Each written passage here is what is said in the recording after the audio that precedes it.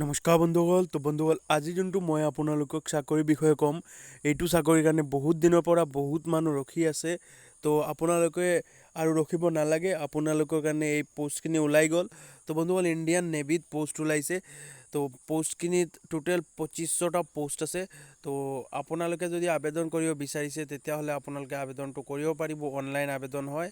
তো join Indian navy .gov.in এইটো হৈছে ৱেবছাইট। এই ৱেবছাইটটোত গৈ আপোনালোকে আবেদন কৰিব পাৰিব, দেখিব পাৰিব আপোনালোকে ৱেবছাইটখন মই দেখাই আছোঁ।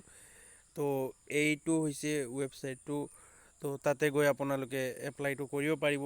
তো টোটেল পোষ্ট আছে চেইলৰ, টোটেল যোনখিনি পোষ্ট আছে এইটো হৈছে চেইলৰ্ছ আৰু SSR। তো চেইলৰ্ছও আছে 500টা আৰু SSRত আছে 2000টা ভেকেঞ্চি। তো এডুকেশ্যন এডুকেশ্যনৰ কাৰণে আপোনালোকে ইয়াতে হায়াৰ ছেকেণ্ডাৰী পাছ লাগিব। হায়াৰ ছেকেণ্ডাৰী পাছ হ'লে আপোনালোকে আবেদনটো কৰিব পাৰিব। আৰু দুটা পোষ্টতে আপোনালোকৰ হায়াৰ ছেকেণ্ডাৰী লাগিব। তো হায়াৰ ছেকেণ্ডাৰীৰ মাজত আপোনালোকে কিছুমান কণ্ডিশ্যন আছে, যেনেকৈ এৰ যোনটো পোষ্ট আছে এইটো পোষ্টৰ কাৰণে 10+2 মানে হায়াৰ ছেকেণ্ডাৰী পাছ লাগিব, 60% মাৰ্কছ থাকিব লাগিব, ফিজিক্স আৰু মেথমেটিক্স থাকিব লাগিব, আৰু লগতে আপোনালোকৰ কেমেষ্ট্ৰি, বায়'লজি বা কম্পিউটাৰ যিকোনো এটা ছাবজেক্ট হ'লেও, মানে ছায়েন্সৰ ষ্টুডেণ্ট লাগে।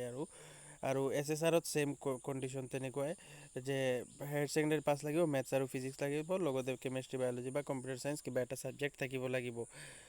নেক্সট কথাটো হৈছে যে আপোনাৰ বয়সটো হ'ব আপোনালোকৰ যোনটো ডেট অফ বাৰ্থ আছে এইটো ফেব্ৰুৱাৰী 1, 2001 পৰা আৰম্ভ কৰি 31 জুলাই 2004 ভিতৰত হ'ব লাগিব আপোনাৰ ডেট অফ বাৰ্থ। আৰু চেলাৰীটো চাওক, চেলাৰীটো আপুনি যেতিয়া চিলেকশ্যন পাই যাব তেতিয়া ট্ৰেইনিং টাইমত 14,600 টকাকৈ চেলাৰী দিয়া হ'ব। তাৰপিছত যেতিয়া ট্ৰেইনিংটো হৈ যাব, ট্ৰেইনিং শেষ হোৱাৰ পিছত আপোনাৰ চেলাৰীটো থাকিব 21,700 টকাৰ পৰা প্ৰায় 70,000 টকালৈকে থাকিব চেলাৰী। লগতে আপোনালোকৰ আৰু কিছুমান এক্সট্ৰা পইচা আছে, যেনেকৈ MSP পাব 5,200 টকা পাৰ মান্থ দিয়ে, মানে ডিয়াৰনেছ এলাউঞ্চ যোনটো এইটো ৰাখিব আপোনালোকৰ। তাৰপিছত 6,200 টকাৰ দিয়ে আকৌ থাকিব। তেনেকুৱাকৈ আপোনালোকে ভাল চেলাৰী পাব। আৰু প্ৰমোশ্যনো তেনেকুৱাকৈ আছে, প্ৰমোশ্যন তেনেকৈ পাব। Promotion prospects exist up to the rank of master chief petty officer, মানে বহুত ডাঙৰ লেভেললৈকে আপোনালোকৰ প্ৰমোশ্যনটো থাকিব, যোনটো আপোনালোকে দেখিব পাৰিব। চেলাৰী যোনটো গ্ৰেড পে আছে 47,600 টকাৰ পৰা 1,51,100 টকা, মানে বহুত হেভি চাকৰি হয়। তো আপোনালোকে যদি এপ্লাই কৰিব বিচাৰে তেতিয়াহ'লে আপোনালোকে এপ্লাইটো কৰিব পাৰিব। তো চিলেকশ্যন প্ৰচেছটো কেনেকুৱা হ'ব, চিলেকশ্যন প্ৰচেছটো আপোনালোকে ৰিটেন টেষ্ট লোৱা হ'ব আৰু ফিজিকেল ফিটনেছ টেষ্ট লোৱা হ'ব। তো ফিজিকেল ফিটনেছ টেষ্টটো বহুত ডাঙৰ নহয়। তো আপোনালোকে যেনেকৈ কি থাকিব ফিজিকেল ফিটনেছ টেষ্টৰ এইটো চাব পাৰিব। PFT will be consist of 1.6 kilometre run, মানে 1600 মিটাৰ আপোনালোকে দৌৰিব লাগিব, 7 মিনিট টাইম থাকিব। আৰু আপোনালোকে উঠক বেঠক যোনটো কয় স্কোৱাটছ, এইটো 20 বাৰ কৰিব লাগিব, 10টা পুছআপছ দিব লাগিব।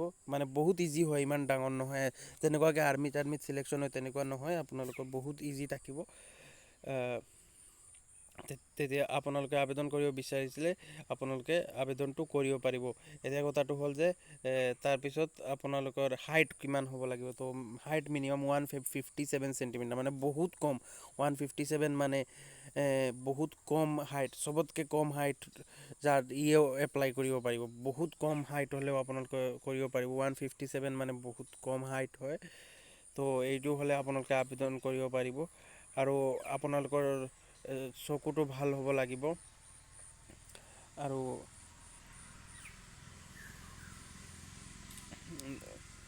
নেক্সট যোনখিনি অপশ্যন আছে এইটো হৈছে লাষ্ট ডেট। তো লাষ্ট ডেটটো হৈছে 30 এপ্ৰিল। 30 এপ্ৰিলৰ আগতে আপোনালোকে আবেদন কৰিব পাৰিব। আপোনালোকে অলম'ষ্ট ডিটেইলছ চবখিনি পাইছে, মই দেখাই দিছোঁ আপোনালোকে কেনেকুৱা কি ছিষ্টেম আছে।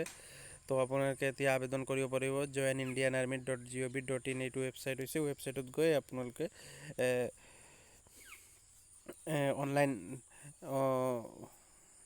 অনলাইন এপ্লাই কৰিব পাৰিব, অফলাইন আবেদন নহয় ইয়াৰ কাৰণে।